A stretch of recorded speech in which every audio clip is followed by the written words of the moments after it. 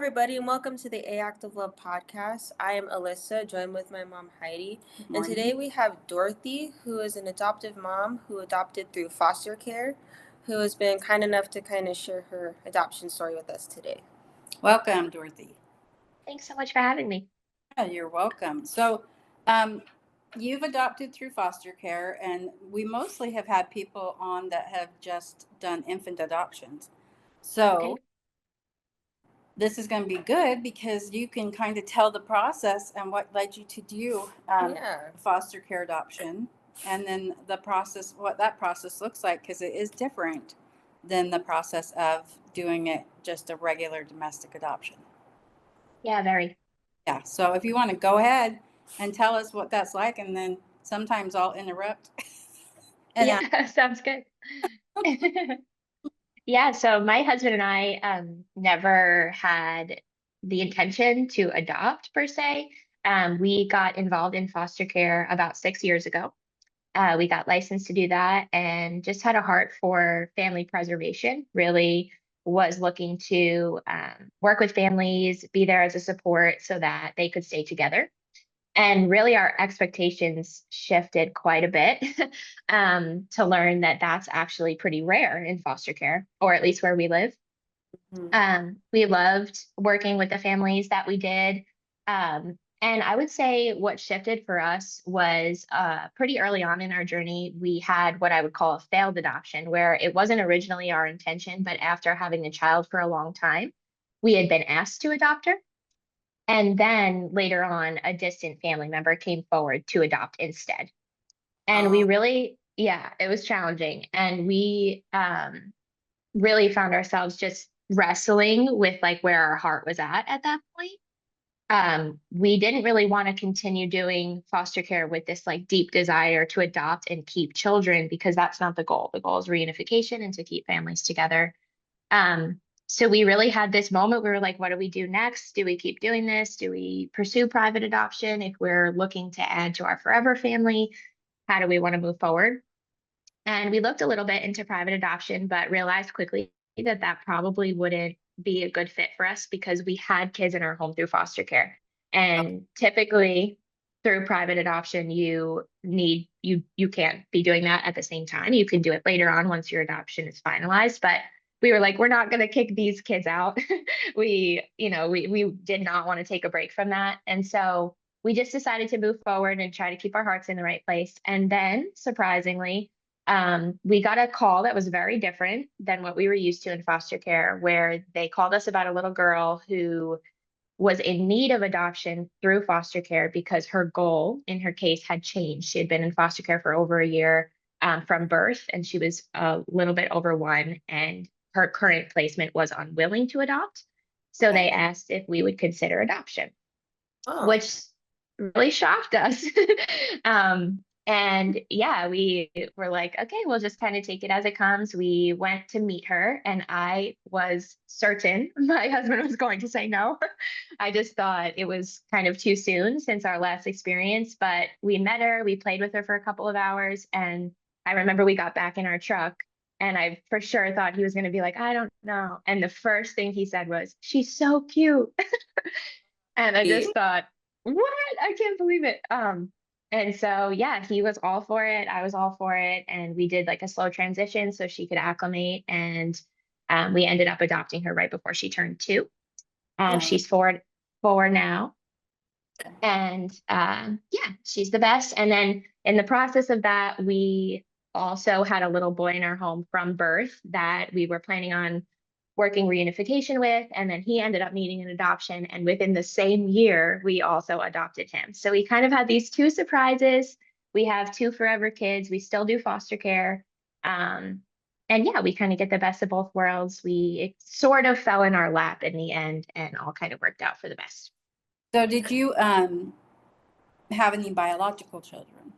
No biological kids. I've never really had the desire for that. I think I'm sort of the typical story of awareness of what foster care is and the fact that there are kids right in our own backyard that need a place to sleep, like not somewhere in the distant future, but like tonight, really impacted me. And I just thought I always had wanted to be a mom. I love children so much, but I just thought I didn't really have much preference on what that looked like. And if there were kids that needed a home and a family, I was totally willing to be that. So yeah, our plan A, most people maybe don't do it that way, but our plan A was always foster care. Was foster care. So you just, it takes a certain heart to be able to love and then let go. Mm, Right. So how yes. do you deal with the loss each time, or how do you Mm. prepare for that? Yeah, it's not easy, and I would never say that it is. I don't think there's any sense in trying to like sugarcoat the hard parts of foster care because I think that causes people to just feel so overwhelmed and alone once they're experiencing it. And then we have high turnover and lots of foster parents quitting. That is for sure really hard. And if I always think that if you're doing it correctly, that part is going to be really painful. If you're not guarding your heart, if you're attaching properly, if you're giving the child everything that they need emotionally, it's going to rip your heart out when they go. Um, I think that it's not something that ever gets easier. What's interesting about foster care is each case can fluctuate in details. Every part of it is so different and unique every time. So the transition that the child is having out of your home will look different. I've had ones that I felt really great about. I have ones that I'm nervous about to this day. I, um, it's a lot to wrestle with. You really have no control. So accepting that early on is great. Just because then you'll kind of stop with that fight to try to gain control back. I think much like any loss or any grief, the first time you experience it is going to feel so much different than later on. Not because it's easier, not because it's any less painful, but just because you sort of remember the feeling. You're like, okay, this is not going to kill me. I'm going to get through it. So I feel like the more we do it, we've had 12 kids in our home long term, and have stayed forever. So we're on our 10th transition. And it doesn't get any easier. It's just that you can kind of move through it with a little bit more hope because you know you've done it before and it's going to be okay. Life will feel normal again. But it's not it's not a walk in the park to have somebody be a part of your family and a part of every moment of every day. And then with a flip of a switch, it's just they're just not there anymore. And it takes a lot of reacclimating, a lot of new habits for our family and for us to feel sort of normal again and find our rhythm. And then we do it all over again and it messes everything up, but I wouldn't have it any other way. How do you think that your two forever children deal with that? With Yeah. the coming in and out and loving them probably as brothers and sisters as they're there. And then Yeah. how do you explain that to the oldest is 4? Is that what you said? Yes. And we have some interesting dynamics because both our kids have special needs. They were both born exposed to drugs in utero.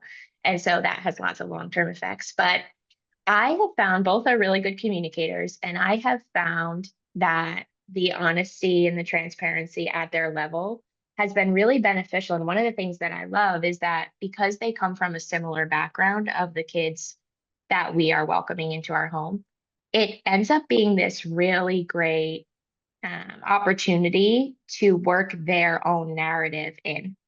When we're talking about a foster placement's first family and maybe, that child's having visitation or they're like, where'd the baby go? And I'm like, oh, she's, back living with her mommy. Oh, you're not her mommy, and then we get to sort of have that conversation of, yeah, remember you all everybody had a different mommy before they came here. And yeah, so that's just kind of become the story of our family.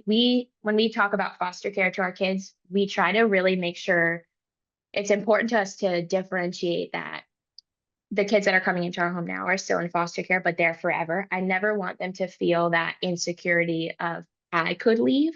Yes. Yeah. So we just have lots of conversations around the fact that foster care is borrowing a family. So we say, so and so needed to borrow our family. So he's borrowing us as mommy and daddy. He's borrowing you as a sister. He's borrowing you as a brother.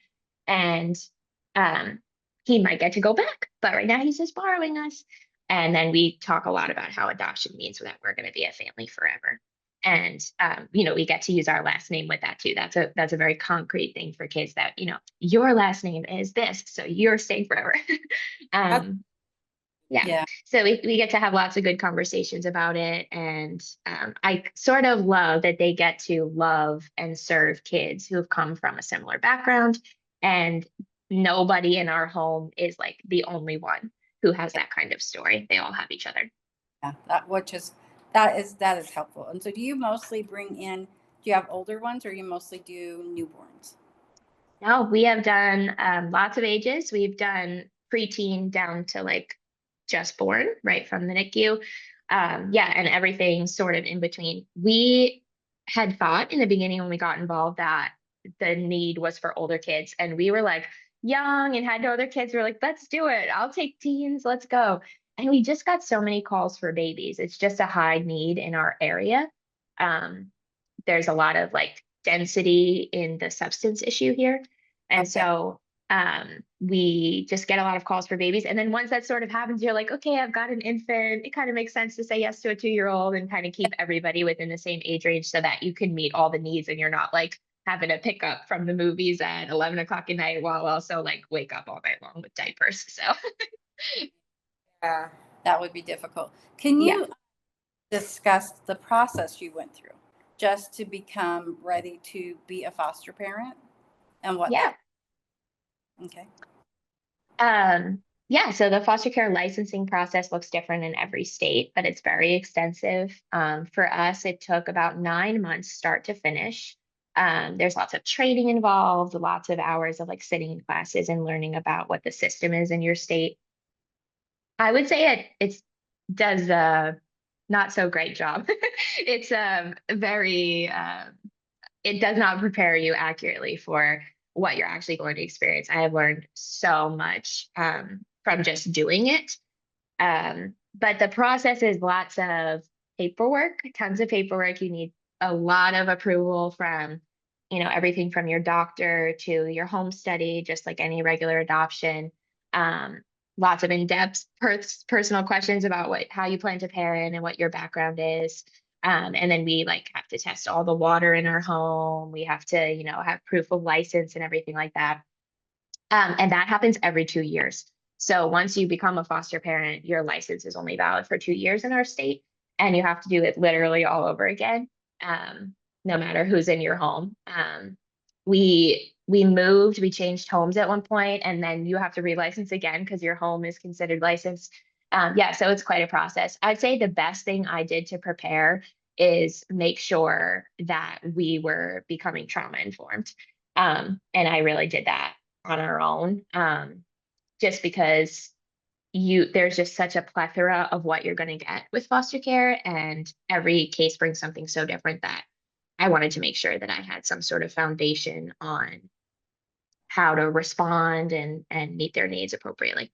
Yeah. So did they here in Utah, they make you take classes, which is very long and drawn out. Is that Mhm. something you had to do too? Yeah, I believe it was like an all-day course, like 3 consecutive Saturdays or something like that. Not too bad. Just very long and lengthy, very, in some state office somewhere, just like pretty Yeah. boring, just all the legal stuff. So, did they? I just attended one of those classes when I was looking into adopting, but they went over that if you went through the foster care system, you would go through a trauma class. I mean, what to expect at different stages and how they would, the honeymoon stage and all of that kind of thing. And then they test their boundaries and doing all that stuff. Is that something that they prepared you for in the courses that you took? Okay, no. Not in our state. Yeah, I think I'm sure other states get it better. Do a better job at preparing foster parents. We are required to have, I believe it's 18 hours every 2 years. So there's like a main parent. So like I take on the first role, and then the second parent. So my husband has to, I think, half that. So like 9 hours. We have to maintain our training, but they're not specific about what training you have Okay. to take. So sometimes that's like a book, like you could read a parenting book or an attachment book or something like that, and however many hours it takes you to read it. you can add that to your mandated training. So I wish there was a little bit more of a expectation of exactly what kind of training foster parents have. I think that it's so beneficial for you to dive in and know about all the different trauma attachment styles and discipline strategies, just like how to approach, like you said, the honeymoon phase, and all the different things you encounter, even the advocacy side of things. Like nobody ever explained to me how many appointments there would be, or how much like puzzle pieces we'd have to put together as far as, when there's neglect involved or abuse involved, you're going to see delays more times than not. And so when you get to that point, it was a lot of me trying to figure out and sort of scrambling, what do I do next? And I wish that there was more training for that, because I think it would better equip parents. Well, that's actually really sad that they don't give you the tools to be able to help the children. I mean, it's kind of like learning as you go, right? So with each, you said they're all different. So it takes you time to learn each different type of placement, basically, that you have, which type of child, if it's neglect or whatnot. So do you feel like your state supports their foster care people? I mean, it doesn't sound like they give you tons of resources. Yeah. I don't think we're the best. I've definitely seen that other states do a much better job. But I also think that we're a little bit more rural, and I find that the workers, the side of foster care that is casework, they're also feeling so overwhelmed and overburdened, and they just have way too many kids on their caseload. And I sort of see the problem. I do lots of advocacy work locally to try to support them as well, because well cared for people are just going to care better for people. And hopefully boosting some of the morale there will help reduce turnover, both with the casework side and the foster care side, because ultimately, if all of those systems are working more healthily, the kids will be better taken care of and they'll have more of what they need. I think that right now our state is in a place where the foster parents are really championing the care and the advocacy for the kids, and there's not a ton of support. We've seen a little improvement over the years, but it's a work in progress for sure. Yeah. How long do you have a child in your care? Is there a limit of length of time, or can they stay with you for years? It can be years. I've definitely had some for years. It sort of depends on where the case is going. It's certainly going to be months, because, you're waiting for just court. There's so many court dates and so many, proof of jeopardy and so many logistical things that have to happen in the case for the child. And parents are given a list of requirements that so many times are insurmountable to them. So they're working, and it's so encouraging when a parent takes that list and says, I want to do this for my child. I've never seen anything better. It's such a blessing to see that. But they give lots of time for parents to do that and to engage with reunification. So I'd say on average, if I'm thinking about all the cases I've had, the average has been about a year. But I've also had 2+. And turnover is high. So if a placement is not working out, it's going to add so much time to the child's case if they have to move. I've had kids who've had 2-3 placements within their case, or they've had 5-6 caseworkers within their case. And all of that adds just so much time to the process.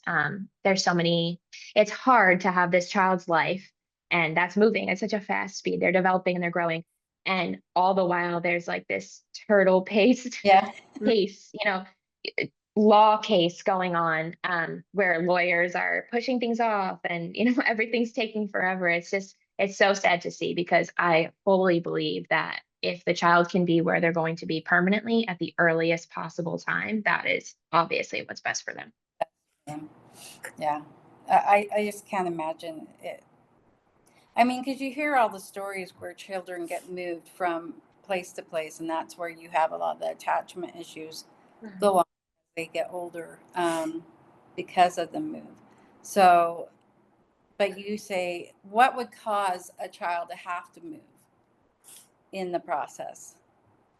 Yeah, I think a lot of times it has to do with behavior that the foster parents are not equipped to handle. Um, I think something that's like a misconception is that, oh, you just get no information. The nature of foster care is they don't have information. You know, they're removing children from homes in an emergency. It's not like they get to sit down and have this lengthy conversation with parents. It's not the parents' choice. Yeah. No. And it's not a moment where you're like, hey, tell us about his favorite foods. You know, it's really it's traumatic, it's urgent, it's fast, and many of our kids even come with nothing, no items from their home because it's just so intense the nature of their removal. And so then you have a placement worker, a caseworker who's calling you saying, "Hi, we have a 5-year-old boy." That's what I know. You know, and so then you try to integrate this little person who's been through so much into your family. And sometimes that can be really, really bumpy because you find out lots and lots of things in the process. And it's hard. You know, foster parents have homes that get full. You know, even in my situation, if I had a new child who came in that was causing some sort of harm to my children, or it just we tried and tried and tried and it wasn't working, that would need to cause a disruption because once you fill homes and now you have lots of kids in a home, all the dynamics sort of have to work together. Um, and yeah, that's so challenging for kids. And when you have a system that's overrun and parents are maxing out their homes, you're just going to run into that a lot more, I think. So, how many children do you take? Have you, what's the most that you've had at one time? And is there a limit of how many you can have at one time? Yes. So the way that they do it is when they license their home, there are square footage requirements. So Okay. my home is licensed for 5 kids at one time. The most we have done is at the same time has been 4. Um, and a lot of that has to do with the fact that all of our like long-term kids have been tiny. So it's just like, okay, there are a little bit of laws. There are some laws about under 2. You can't have more than 3 under 2 in our state at one time. Um, and so there's lots of different dynamics there. There are also bedroom rules. So there have been times where I've had to say no in the past because um, based on ages and gender, you can only have certain people in certain rooms. So if I sort of have like my boy room full and then they call me for a boy, I'm like, oh, that's not really going to work. So there are lots of things to consider when you're saying yes. But yes, they do put a limit based on your home. Um, so yeah, that does kind of help make the decisions a little easier for you. Size and stuff. Yeah, I just, I mean, what other questions do you have? I mean, because like I said, most of the ones that have been on here have just been through infant adoptions. So, Yeah. was there anything that you wish you knew before you started the foster process that you think would be beneficial to someone considering it? Yeah, I think I wish that somebody had maybe talked to me more about the brokenness of the whole system and that the kids just matter anyway. Like I wish there was somebody sort of giving me a pep talk about how the truth is that it's going to be really hard. But every single child and every single life is worth it. I think that's just not talked about enough, that it's challenging and that adoption, I think sometimes we hear people wanting to adopt from foster care because it's quote unquote like easier. Like there's a lot of kids waiting to be Yeah. adopted from foster care. And quite frankly, it's a lot less expensive. And I think that sometimes people go that route just because they think maybe that's the path for them to get to adoption. And I just wish that the gravity of the situation was talked about a little bit more. That at the point that a foster parent is asked to adopt, the child has no more options. Yeah. There's, there's no more, there's nobody else who is wanting to take them. And so, as hard as it is to say goodbye to our kids, we were always intended to be the temporary home.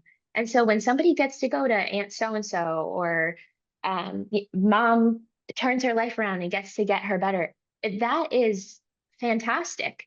And so, this really sad story is actually the kids who have nowhere to go after our home. And I wish that that was talked about a little more and it was less of a desire for people to come into foster care because they wanted to grow their forever family. It might be a beautiful, wonderful thing that happens once you're involved. And there's, it's really that beauty from ashes thing. Like it's a great solution to a terrible problem. And that's what all adoption is, right? It's starts with tragedy and ends with something that can be really beautiful. But I do wish that people viewed adoption from foster care with more clarity of that it really is devastating for the child that we're speaking about. Yeah, that they've gone through a lot of trauma. So Yes. you said that you took courses on your own. You learned about trauma by yourself. Where did Yes. you find those? And because they didn't offer them through your state, so Mhm. you just look online for that, or would you suggest Yeah. do that? Yes. Absolutely. Yeah, I read a lot of books and did a lot of things online. I love the TBRI model and the Karen Purvis Institute. Um, Learning about all those different things has been great. And then once our kids got diagnoses and, we advocated for them to get the support that they need and they're in special education now and all those different things, it's just been such a great learning opportunity to grow my knowledge. I really have leaned into the supports that our schools give us with our BCBAs and our IEP teams to learn more. And I do think that that has benefited even the other kids in our home just to learn about the specifics of development and how the brain and trauma really can affect physically what's going on in the child's body or what rate they're developing at versus what rate they're not developing at. And Yeah. so, yeah, I've learned a lot over the years. Well, and see, and that's, I know that with mine, I've had to do the IEP with three of the four of my children. So, um, that's something that nobody ever tells you about too. When you hit school and your child doesn't fit into this pretty little box, and you've got to figure out how to get your child what they need in order to thrive at school and learn. And that in itself can be a fight, right? To get them what they need to grow. So it's not easy. No, what my one that's just below her is autistic, and for years they couldn't diagnose her because she's 29, and so now autism is like really known, but back then it was unclassified was her disability. So she and it was a struggle every year. We had to fight to get her, any help or IEP until she hit a certain age, and then more people learned about autism and that kind of stuff. But I know that's a difficult and hard road. Do you have a support system in through your foster care, or that you've come across, or that you would suggest people try to find going through all of this? I honestly didn't have a lot of support in the beginning. I feel like so many different layers, when you think about foster care, adoption, then special needs parenting, so many of those things can be so isolating. Just it sort of feels like, I don't know if you can relate to this, but it sort of feels like any room you're in, you're the different one. You're the mom that's a little bit different. Your experiences are different. You're saying no to things that maybe everybody else can happily go do, but there are some things that my kids will not be regulated doing. And so it's just much easier for us to choose something different for their sake. That's what they need. Um, and so, yeah, I think something that's a challenge and always has been for me, but I've learned to sort of love is that you're the person who gets to point people to that awareness. Yeah. And sometimes that's not always easy. especially on the worst days, on the days that you're feeling depleted and like you just have nothing left to give. And then somebody comes up to you and asks you a question, you're like, oh, come on. Um, but I do think that that's a cool opportunity to share. I like to share online about the truth about it all because I just feel like everything, if we think about anything in our lives, everything always feels easier when you have somebody who who's gone through it and you can chat with about it. And I really didn't have that when I got started, and now I have a good little online community of that. But in my little town, I don't have a lot of people I know who do this, and so you do sort of become the poster child for it, and that's okay. I'm just honest about it, and hopefully point people towards the awareness of that there are kids right here who are experiencing these types of things. It's not something that's far from us. It's not distant. This is an issue right where we live. Yeah, it's not something on TV. It's happening right No. around, right? Yes. Yep. That's, and I think that's how I found you, was on TikTok, was on your page. So, and it's a good resource for people to have a community like that you can go Yeah. to questions, because I mean, foster care, that's one thing, but then when you have children with special needs, that's a whole nother ball ground. Yeah. So, so dealing with that. Did you have, so school and stuff, when your kids start going to school, did any of your other foster kids, you had school with them? Because you had some older, right? Yeah. Mm-hmm. I'm going to ask this question, but I kind of think I know what you're going to say. Did you have any help with with getting them into school, or what that looks like? Yeah, I've had some really great social workers who have been a great support. One thing that's really difficult for an older kid is when they get moved in the middle of the school year. That's just an additional challenge that on top of losing everything they lost at home, now like their everyday routine is so disrupted because they don't have the same teachers and they're not in the same environment. And so they try to place so that they can have as much of a normal experience. They try to place kids close, but it doesn't always work. And so sometimes they have to change school districts. And that requires a lot of support from the state because the school has to now accept a new student and we have to get them acclimated. And many, many times they need some sort of accommodations at school. So I did have quite a bit of a learning experience before my kids had IEPs because I had done that with so many kids before. And I have really found, like, shout out to the public schools in my area. They have done a great job at supporting the kids who are having a hard time. I have never had an issue with the school bucking against um, the challenges that just come. Sometimes it's just like at the very basic level, a child who has just experienced losing everything they've ever known is not going to be able to sit at a desk for 6 hours. They're just No. not.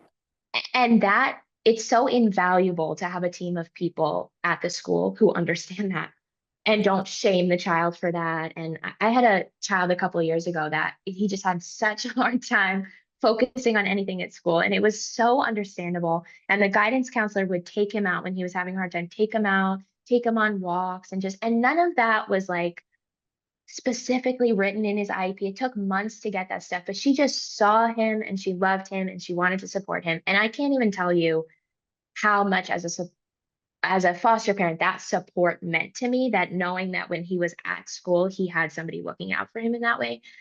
Yeah. That is invaluable. Yes, and that is huge. I can see where that would be helpful. In my case, I mean, here they do a lot of good, but I don't know. It was more difficult. I'll just say, Yeah. Yeah, integration to school's hard. Yeah, yeah. So it just, and I had my one that's autistic. She did the early intervention schooling, so she's like at 2.5 years old. Right. So that we had her going, but I'm just like, I don't even know what that, people say, oh yeah, my kids just went to school. Because when I talk about it, they're like, oh, I didn't know that you could do that, or I didn't know that happens, or this or that. And I'm like, I guess if your child never needed anything and they just went to school and you had nothing to do with it, Right. I don't even know what that looks like. So, Exactly. but I'm glad that you had support in that area and that the children have support and they know that there's children coming in and out. They're going to need that. It's special people to help you with those kids in those school situations. So, is there, as far as that's concerned, there's not, do you think there is anything that you could suggest people do if they're like the kids are school age, like questions asked, or um, I don't even know how you would even help someone in that area. Yeah, the only thing that's coming to mind is that I've always leaned really heavily on forming good relationships with everybody who's involved. Like, I think that it goes a very long way to just make sure you know the people that are working with your kids and try your best to get involved. And obviously, that's a two-way street. It could be bumpy, but I've just found that the more open you are with the social worker, the more open you are with the IEP team, the more open you are with the guidance counselor about what exactly is going on, and you have that relationship. I mean, I just like, my local guidance counselor is on speed dial now. She'll call me, hey, what should I do about this? Because it becomes more of a partnership um, when you communicate really clearly that you love this kid. You're not viewing this kid as a problem. You want to be involved. You want them to call you when something comes up. I just think that attitude normally ends up getting mirrored by the people who are working with your kids. If you just show up like, I'm here, I'm not shipping this child off on you for you to deal with all day, and it's your problem, and I'm not going to be involved. I want to work with you. I want to make sure that this child gets everything that they need. And yeah, that's just been really beneficial. And of course, some relationships are hard, like when it comes to social work too. Like, you have to work with them for a long time. And I've had ones that are amazing, and I have ones that I can hardly ever get a hold of. And that's so challenging. And so just knowing who you are, knowing that you're going to go the extra mile, and just consistently being that, showing your appreciation for everybody who's working with your family, and just being really transparent. Like, I used to feel like I had to be very professional when I was in all these meetings, and like really like hold it together and be stoic. And now I'm just like, wait a second, I don't understand what anybody's saying. Back up. I need to understand this. And just, being transparent, being honest, I think genuinely just goes a long way in these cases. And that's what the kids deserve. They deserve a team of people who are just willing to do whatever it takes to get them what they need. Yeah. Okay. So I keep thinking that we need more people like you, because I don't. Yeah. I mean, foster parents, some that I've seen don't have or show the love for the children like you have, and to be as present in their going life. I mean, with their school and that kind of stuff. So, would you suggest people um, before they consider being a foster parent to really look in themselves to make sure that they're in it for the right reason and to benefit the child and help? I mean, is there something that you would suggest, Yeah, I agree with you. I think that people could get into it for the wrong reason, and then it ends up just being terrible for everybody involved, or just very subpar. Like, you hear stories of adoptees or former foster youth who are talking about this horrible experience they had. And I don't ever want to be that. I want to make sure that this plan B for them, I was never intended to be your caregiver. This is not the way it was supposed to be. This is because of a tragedy. Let's make the most of it. Let's acknowledge that it's terrible, and try to give you the best possible life that you can have. Um, yeah, I think that before people get involved, the honesty of just like what it is and how it's really this like whole life generosity. It's not like you're just, giving your time or giving the bed or opening up your home. It just becomes who you are. And I think that it's challenging. People don't have as much flexibility. It was important to us to be in a place where if there was an emergency or somebody needed us, that we could kind of drop everything. We're business owners, so we are grateful enough that like really. If I need my husband, it's just like, okay, I need you right now. Come on. And we're not locked into that. And I know that's not everybody's story. So I would say just how can you work in a support system? How can you think through on your worst day, what are you going to do? Like Yeah. when everything feels overwhelming, when a child is not able to make it out the door for school because they're having a tantrum or whatever it is, like what are you going to rely on? Because if you don't have a plan, I Yeah. think that's where it kind of just snowballs into this overwhelm, and now it feels like such a burden. And I'm not saying there aren't hard days for us. It's just that if you're in it for the right reason, if you're in it purely to help the children, I think it's just easy to say, okay, we're not in a rush. Where it's okay, this moment is about you. What can I do for you? Um, and yeah, I think it's a beautiful thing when it can be done that way. And we do need more people. I mean, the bottom line is that even if people become aware of foster care, it really doesn't mean a lot if we don't have more people taking action. And, there are just so many kids waiting. There are so many kids sleeping in hotels or offices because there are not enough foster parents. And it's a hard job. I'd never say it's easy, but we do need more people to do it. Yeah. Okay, well, is there anything else that you think that people should know about foster care adoption before we let you go? Um, I don't know. I'm just thinking about the, 100,000 kids who are waiting in foster care for adoption. Like, I don't think those kids get talked about very much either. That, they're not all babies and a lot of them have complicated needs, but you can find pretty easily online children who are waiting for adoption. If adoption is on your heart, that is an option. And those kids would not necessarily have a foster care case that you're walking with them through. It has meant that their case is closed. They're ready for adoption. They've been through the foster care system and now they need a forever home. And yeah, if you are a person who's thinking about that, thinking about adding to your family in that way, just don't forget about those kids.